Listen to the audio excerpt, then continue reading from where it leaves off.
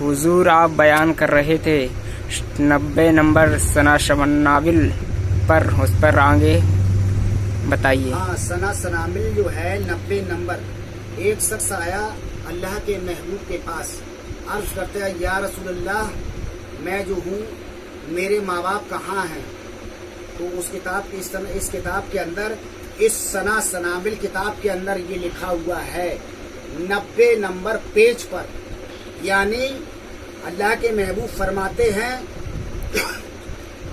اے بیٹا، تمہارے ماں باپ اور میرے ماں باپ اور مولائے کائنات کے ماں باپ حضرت ابراہیم خلیل اللہ علیہ السلام کے ماں باپ جہنم میں ہیں۔ توبہ استغفار نعوذ باللہ۔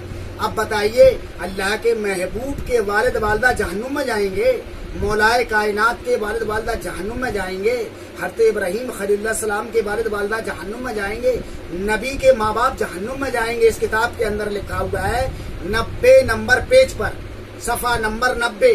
تو اب بتائیے، اس کتاب کو یعنی شریف کہتے ہیں، ثنا سنابل شریف۔ ہم اس کتاب کو گندی کتاب سمجھتے ہیں اور اسی میں سلسلہ مداریہ کو سوختہ لکھ دیا۔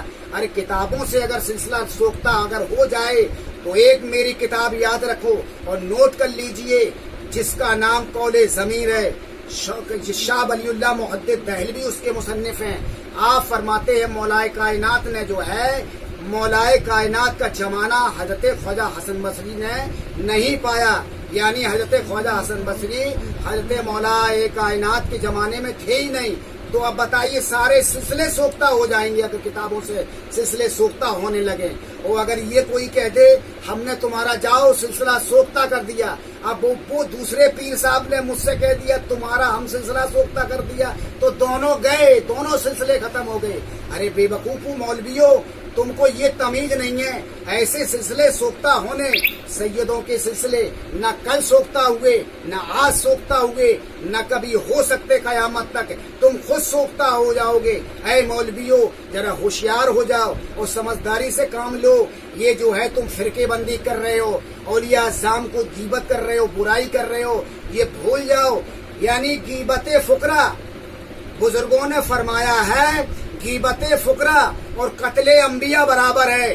اگر کسی فقراء کی، کسی اللہ کے ولی کی غیبت کی تم نے، تو کسی یعنی ایک انبیاء کا قتل کر ڈالا۔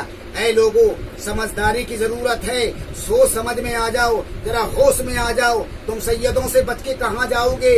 ارے تم یہاں پر دادا گیری دکھا لو گے، لیکن روز محشر میں تمہاری دادا گیری نہیں چل پائے گی، کیونکہ ہمارے دادا حضور حضرت آقا حسن، آقا حسین علیہ السلام جو ہے جنتوں میں، جنت کے اندر جوانوں کے سردار ہیں۔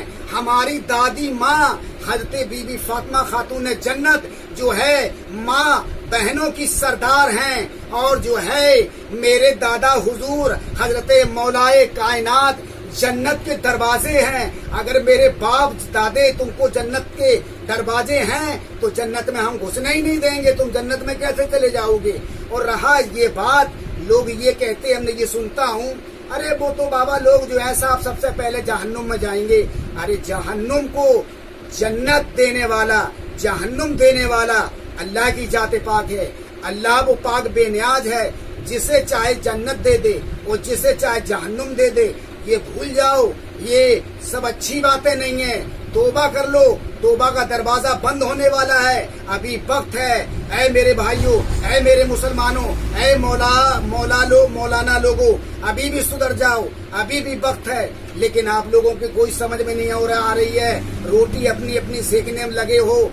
وہ 24 نمبر ہے، ہم اس کے ہاں کا کھائیں گے نہیں اور سلام کلام نہیں کریں گے، اور چھپ کے ان کے گھروں میں جا کے گوشت روٹی کھاتے ہیں جا کر۔ اتنی گندی بات ہے، بڑی شرم والی بات ہے۔